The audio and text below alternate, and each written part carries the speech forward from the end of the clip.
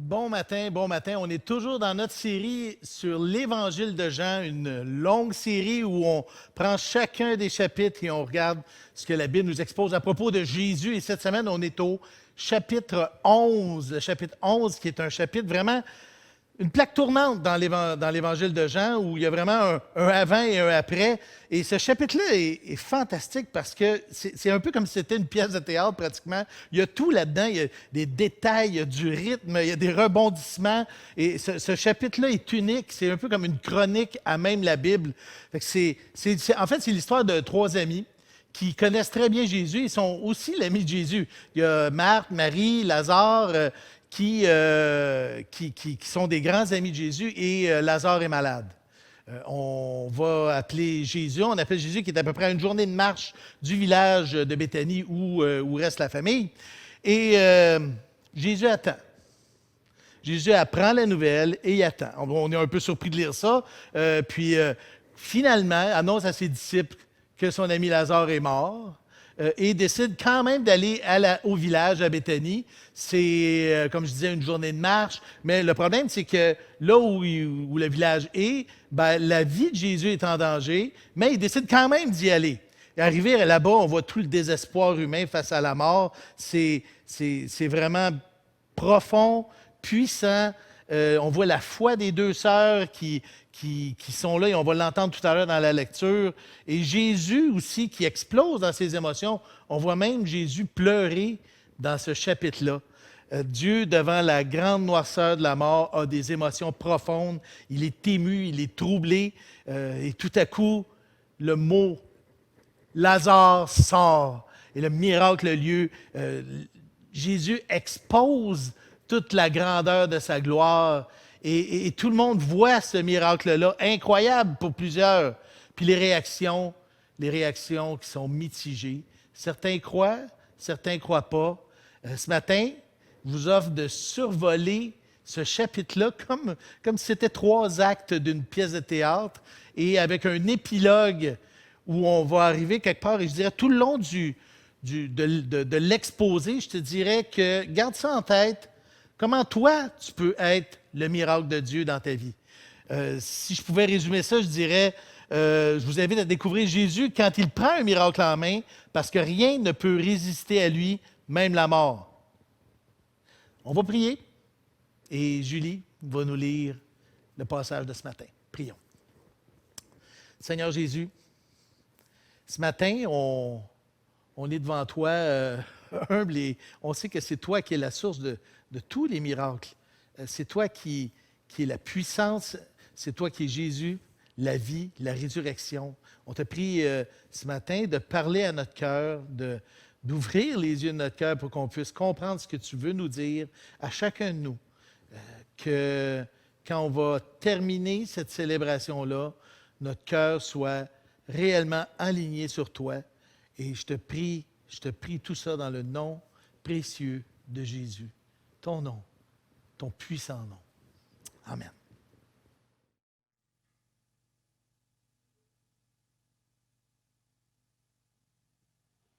Le passage biblique de ce matin est tiré de Jean, chapitre 11, les versets 20 à 34 dans la Nouvelle Édition de Genève.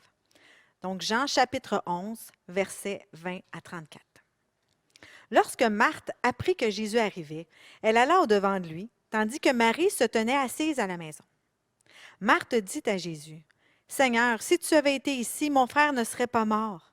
Mais maintenant même, je sais que tout ce que tu demanderas à Dieu, Dieu te l'accordera. » Jésus lui dit, « Ton frère ressuscitera. » « Je sais, lui répondit Marthe, qu'il ressuscitera à la résurrection au dernier jour. Jésus lui dit, « Je suis la résurrection et la vie. Celui qui croit en moi vivra, même s'il meurt. Et quiconque vit et croit en moi ne mourra jamais. Crois-tu cela? » Elle lui dit, « Oui, Seigneur, je crois que tu es le Christ, le Fils de Dieu qui devait venir dans le monde. » Ayant ainsi parlé, elle s'en alla. Puis elle appela secrètement Marie, sa sœur, et lui dit, « Le Maître est ici et il te demande. » Dès que Marie eut entendu, elle se leva promptement et alla vers lui. Car Jésus n'était pas encore entré dans le village, mais il était dans le lieu où Marthe l'avait rencontré. Les Juifs qui étaient avec Marie dans sa maison et qui la consolaient, l'ayant vue se lever promptement et sortir, la suivirent, disant, Elle va au sépulcre pour y pleurer. Lorsque Marie fut arrivée là, où est Jésus, et qu'elle le vit, elle tomba à ses pieds et lui dit, « Seigneur, si tu avais été ici, mon frère ne serait pas mort. » Jésus, la voyant pleurer, elle et les Juifs qui étaient venus avec elle, frémit en son esprit et fut tout ému. Et il dit, « Où l'avez-vous mis? » « Seigneur, lui répondirent-ils, viens et vois. » Quand Jésus fait un miracle, c'est jamais au hasard, c'est pas un accident. Jésus prépare son terrain d'une façon souvent surprenante. Et les versets 1 à 16 nous parlent de la préparation. C'est le premier acte de cette belle histoire-là. Il nous expose des pistes pour que nous-mêmes, on puisse vivre ce miracle-là, le miracle de Jésus. La première chose qu'on constate au verset 4, c'est bon, Dieu œuvre et agit constamment. C'est une réalité. Dieu est toujours à l'œuvre. Dieu est une machine, on pourrait dire. Verset 4, il dit, après avoir entendu cela, Jésus dit, cette maladie n'est pas à la mort, mais elle est pour la gloire de Dieu, afin que le Fils de Dieu soit glorifié par elle. C'est intéressant de voir que Jésus n'est pas surpris et il n'est pas dépassé par les événements. Il n'est pas pris de court par la maladie de Lazare. Son affirmation même est bouleversante en disant que même sa maladie a un sens, c'est-à-dire elle est pour la gloire de Dieu. Il y a un sens même à sa maladie. C'est pas parce qu'on ne voit pas Jésus que Jésus est absent. Et souvent, on se laisse impressionner par ce qu'on voit, mais en fait, Jésus est conscient de tout ce qui se passait dans la vie de Lazare déjà. Et on peut dire la même chose aujourd'hui avec toi. Dieu est conscient de tes misères, de tes joies, de tes peines, de ta réalité, de ce que tu es, parce que Jésus est Dieu et il le sait. C'est tellement réconfortant de savoir que Jésus est au courant, que Jésus sait déjà que tout ce qui arrive va finalement l'être pour sa gloire. Jésus œuvre et agit constamment. Son agenda n'est vraiment pas le même que le nôtre. Le verset 5 est intéressant aussi en disant « Jésus aimait Marthe et sa sœur et Lazare. » On prend la peine de dire que Jésus les aimait. Donc, la réaction de ça, le verset suivant, c'est « il attend. Il attend encore 2 jours. » Nous, on dirait, notre réaction aurait été « Ah oui, OK, il est malade, on prend l'avion, on part en courant, on s'en va le rejoindre, on va aller voir ce qui se passe dans la famille. Il faut être là, il faut être là. » Mais ce qu'on voit ici, c'est parce que Jésus les aimait, Jésus a attendu encore 2 jours. Et ça, c'est hors de notre façon de concevoir l'agenda ou même les réactions, mais la façon dont Dieu gère le temps n'a rien à voir avec la façon dont nous, on gère le temps.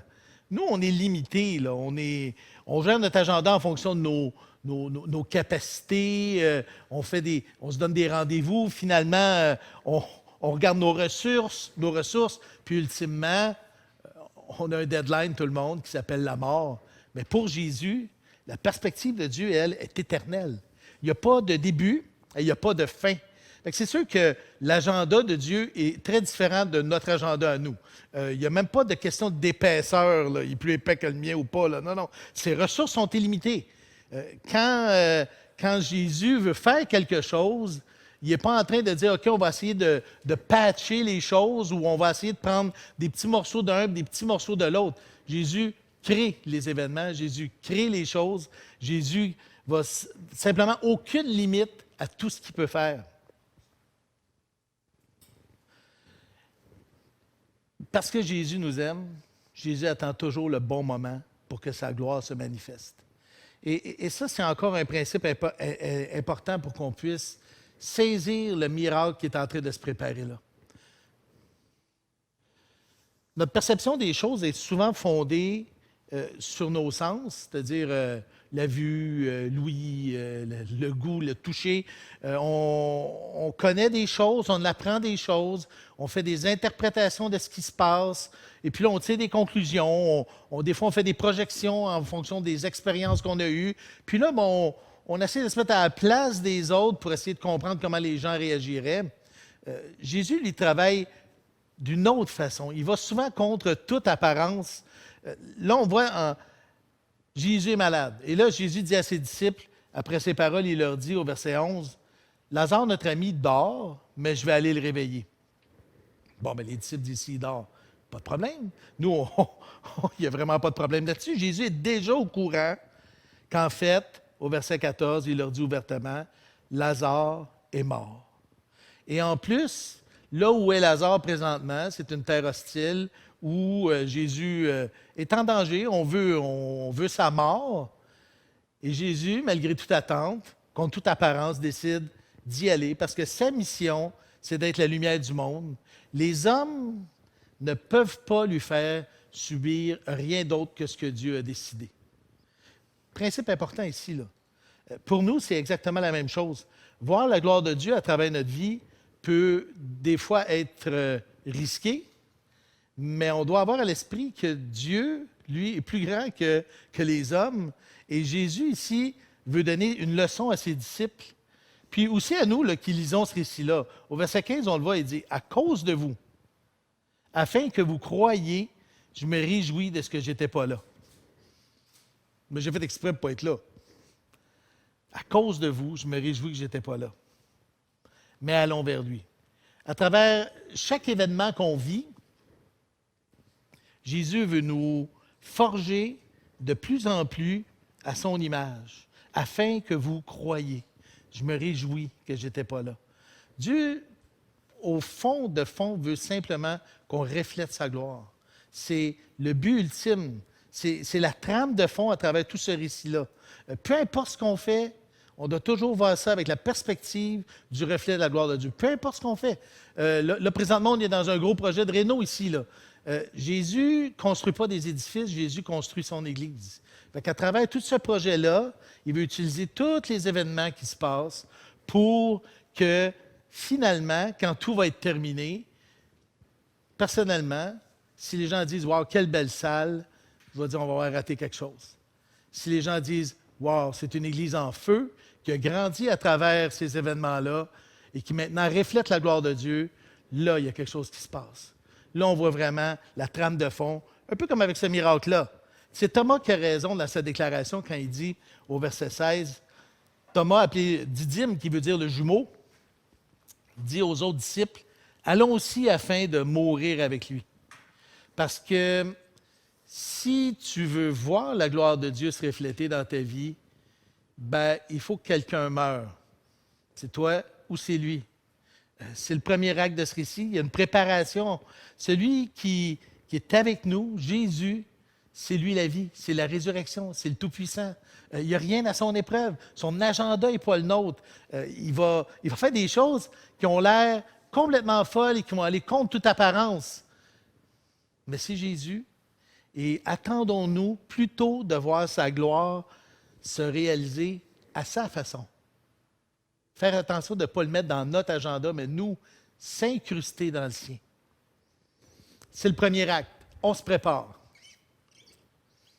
Deuxième acte. La disposition. C'est les versets 17 à 38. Imagine que Jésus arrive chez vous, il arrive chez toi. Comment tu réagis? On est dans une drôle de situation présentement parce que on a envoyé quelqu'un chercher Jésus quelques jours avant que Lazare meure. Là, Lazare est mort et Jésus prend son temps, il attend, il arrive, finalement, Lazare est mort. Les sœurs, comme toute la foule en général, ont cette réaction-là qui pourtant semble très légitime. Verset 21. Marthe dit à Jésus, « Seigneur, si tu avais été ici, mon frère ne serait pas mort. » C'est un peu comme si on mettait Jésus dans une boîte. Ouais, tu as des pouvoirs spéciaux. Tu as l'air d'être un grand super-héros, mais là, il est un peu tard. Là. Il est mort. Il est trop tard. Il est trop tard. Comme Paul disait dans 1 Corinthiens 15, 26, il dit « Le dernier ennemi qui sera réduit à l'impuissance, c'est la mort. » Et c'est comme s'il était toujours là, toujours présent. La grande faucheuse, comme disait François la semaine passée. Quand Jésus est là, on doit s'attendre à sortir de la boîte. Si on met notre Jésus dans une boîte et qu'on lui dit « Voici maintenant tes limites », ben, on va manquer le meilleur. Par exemple, Supposons qu'on a quelques milliers de personnes à nourrir. 5 à 8 000, là, ça dépend. Et qu'on a quelques pains, quelques poissons. Qu'est-ce qu'on fait? Des petits morceaux? Non. On va chercher un gros buffet? Non. Uber Eats? Non plus. On rend grâce et on les nourrit tous. Point. Et ça marche. Supposons qu'on est dans une noce, il n'y a plus de vin, et là, ben, les convives, les mariés, là, le party est fini parce que le vin a tout été bu. Ben, on va remplir les bouteilles avec de l'eau. Et voilà, du vin encore meilleur que celui du début. Ça, c'est sortir de la boîte. Ben, les Romains nous disent, hey, faut payer les taxes, les amis. Et là, tu as un Jésus qui parle avec Pierre et il dit, qu'est-ce qu'on va faire? Ben, il dit, pêche un poisson, regarde dans sa gueule, ben là, il y a une pièce dedans, puis ça va être pour toi puis moi. Ta façon, vous direz la boîte dans laquelle tu mets Jésus, va vraiment définir ta réaction, ta disposition. J'aime la réaction de Marthe. On parle de son cœur. C'est mon cœur, c'est ton cœur. Pas de reproche, hein, au verset 22. Mais maintenant même, je sais que tout ce que tu demanderas à Dieu, Dieu te l'accordera. C'est ça, prier au nom de Jésus. Hein. C'est de proposer, mais on n'impose pas notre agenda, on n'impose pas nos solutions. Hein. Seigneur, je te prie pour telle chose, mais voici le chemin que je veux que tu prennes.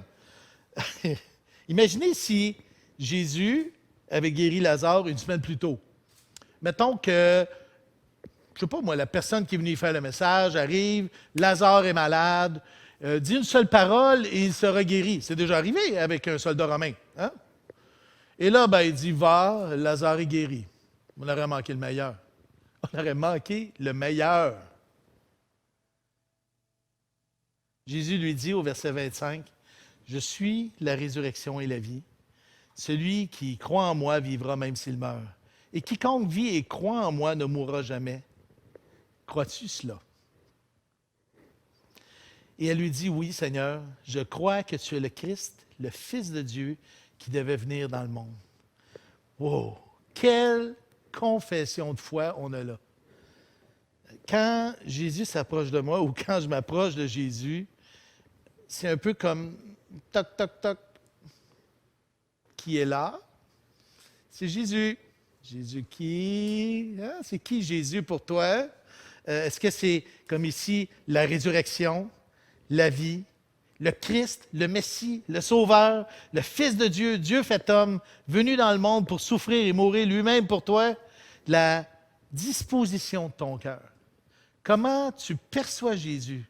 La boîte dans laquelle tu oses le mettre va définir vraiment tes attentes face au miracle et même ta perception de ce qui va se passer. J'aime aussi ce bout de passage-là, les versets 32 à 38, parce que non seulement on voit le cœur de Marthe, mais on voit aussi le cœur de Jésus. Et ça, c'est exceptionnel. On a une fenêtre sur le cœur de Dieu. Comment Dieu réagit? Comment Dieu réagit quand tu le pries? Comment Dieu réagit quand ça va mal dans ta vie? Comment Dieu réagit quand tu es heureux puis quand tu es triste? On a quelque chose d'impressionnant. Parce que souvent, on a cette impression que Dieu est indifférent à nos souffrances. J'entends souvent ça de la part de des personnes qui disent « Ah, mais Dieu s'en fout de ce que je vis. Dieu est juste pas là. » Non, Dieu est là.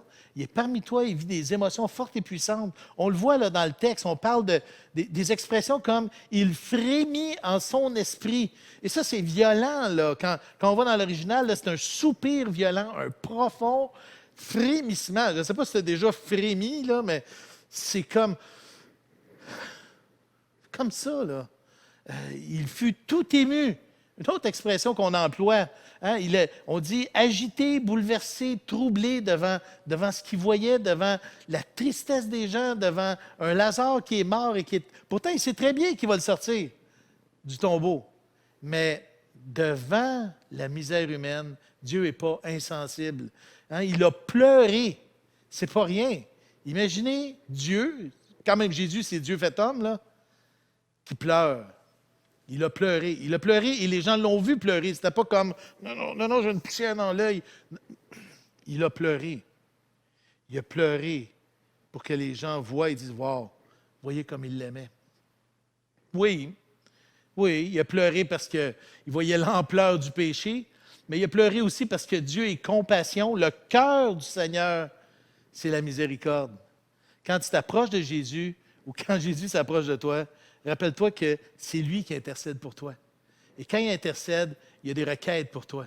C'est lui qui est assis à la droite du Père et qui prie pour nous. C'est lui qui comprend mieux que quiconque la profondeur et l'intensité de ce que tu vis. Hébreux 4, 15 dit, « Car nous n'avons pas un souverain sacrificateur qui ne puisse compatir à nos faiblesses. Au contraire, il a été tenté comme nous en toutes choses, sans commettre de péché. » La façon dont tu vas disposer ton cœur va donner un sens au miracle qui va se passer. C'est clair. La boîte dans laquelle tu mets Jésus, les attributs que tu colles à Jésus vont définir les couleurs et la perception que tu vas avoir sur ce qui va se passer. La façon dont tu vois les larmes de Jésus va définir ton interprétation de ce qui se passe. Et la preuve, c'est que ce n'est pas tout le monde qui sont présents cette journée-là qui vont croire en lui. C'est ce qui m'amène au troisième acte. On a un acte de préparation, de disposition. Et là, c'est l'exposition. J'aurais pu dire l'explosion.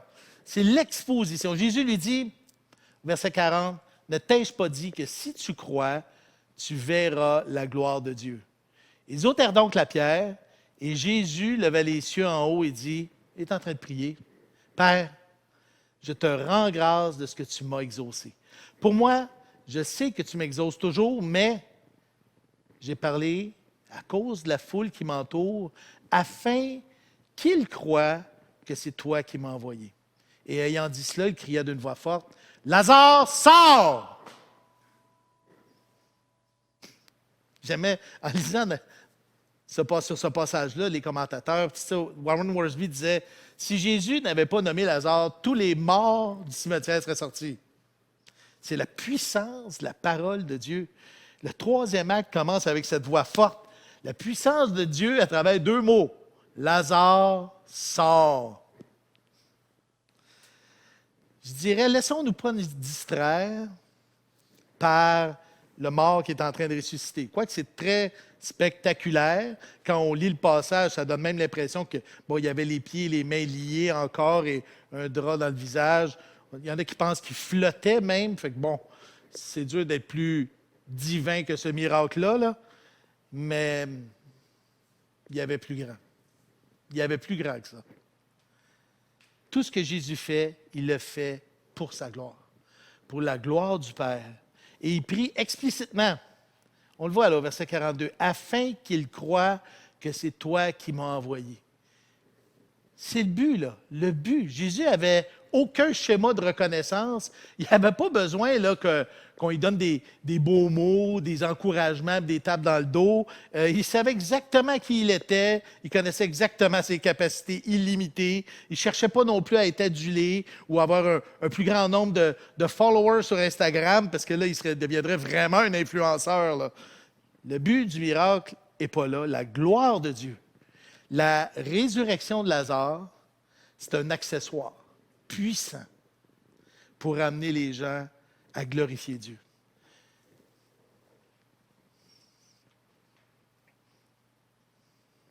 Le but de ce qui glorifie Dieu avec puissance, c'est d'amener ceux qui assistent à ce miracle-là à la foi en Jésus, afin qu'ils croient que c'est toi qui m'as envoyé.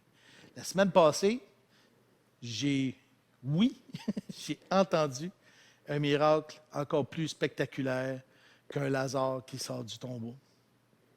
La semaine passée, après des années de témoignages, puis après des heures et des heures probablement de prière, j'ai la mère d'une amie qui a décidé de croire en Jésus, qui a donné sa vie à Jésus dans ses vieilles années. Quand j'ai écrit ça, j'étais bouleversé, j'étais ému, j'ai pleuré, parce que c'est ça le miracle. Le plus grand miracle pour Jésus, ce n'est pas de ramener un Lazare à la vie. Deux mots. Deux mots. Lazare sort. Jésus est tout-puissant. C'est pas ça qui a donné beaucoup de misère. Ça n'a pas été un effort, là, comme s'il y avait des pouvoirs, il fallait qu'elle cherche ça là, dedans, là, avant de le faire sortir, moi. C'était simple, c'était facile. Mais voir une âme naître d'en haut, voir une âme faire confiance à Jésus, ça, c'est un miracle. Afin qu'il croie que c'est toi qui m'as envoyé. C'est le sens, c'est le but du miracle. Après ce miracle-là, il y a des conséquences. On voit les conséquences. Il y a deux camps, là. Je ne sais pas trop comment c'était la disposition. Il y avait du monde un peu partout. Mais chose est sûre, c'est que là, il y avait deux camps. Il y avait ceux qui croient et qui ont entendu la voix de Jésus et qui ont dit « Wow! » Verset 45. Plusieurs des Juifs qui étaient venus vers Marie et qui virent ce que fit Jésus crurent en lui. Ils crurent en lui. Il y a le camp des croyants et le camp des mais. Verset 46, mais. C'est whack, un mais là. Mais. Si tu veux de plus, mais. Quelques-uns d'entre eux allèrent trouver les pharisiens et leur dire ce que Jésus avait fait. Alors les principaux sacrificateurs et les pharisiens assemblèrent le Sanhédrin et dirent « Que ferons-nous? Car cet homme fait beaucoup de miracles. Si nous le laissons faire, tous croiront en lui et les Romains viendront détruire notre ville et notre nation. » Même le plus glorieux des miracles n'a pas réussi à les convaincre que Dieu avait réellement envoyé Jésus. L'œuvre de Dieu dans le monde ne laissera jamais personne indifférent, tu peux être certain. Quand Dieu fait un miracle, ça divise, ça fait une tranchée. C'est comme Thomas le disait, quelqu'un doit mourir. C'est sa gloire ou notre gloire. C'est sa mort ou la nôtre. On ne peut pas être indifférent quand on entend la voix de Jésus. Et on arrive à l'épilogue. Versets 49 à 57. Toute une histoire, hein? Toute une histoire. C'est pas parce que Dieu agit que tout va bien aller. C'est pas parce que tout va mal que Dieu n'agit pas. On commence à le comprendre, là. C'est à partir de ce grand miracle-là qu'on va décider de mettre la tête de Jésus à prix. On veut sa peau. Puis encore là, même là, on voit que l'agenda de Dieu n'est pas bouleversé, pas troublé. Il n'y a même pas une seconde de retard sur son agenda. On va au verset 49. L'un d'eux, Caïphe, qui était souverain sacrificateur cette année-là, leur dit « Vous n'y comprenez rien. Vous ne réfléchissez pas qu'il est dans votre intérêt qu'un seul homme meure pour le peuple et que la nation entière ne périsse pas. » Or, il ne dit pas cela de lui-même, mais étant souverain sacrificateur cette année-là, il prophétisa, parla au nom de Dieu, que Jésus devait mourir pour la nation, et ce n'était pas pour la nation seulement, c'était aussi afin de réunir en un seul corps les enfants de Dieu dispersés. Dieu est toujours en contrôle, même ici, il prend même le contrôle du méchant de l'histoire et il arrive à le faire contribuer au plan de Dieu pour que son plan s'accomplisse. Bon. Qu'est-ce qu'on peut retenir de cette histoire-là aujourd'hui? L'histoire de Lazare, la résurrection, c'est un miracle puissant pour amener les gens à croire que Dieu a envoyé Jésus. Le but, ce n'était pas le miracle en soi.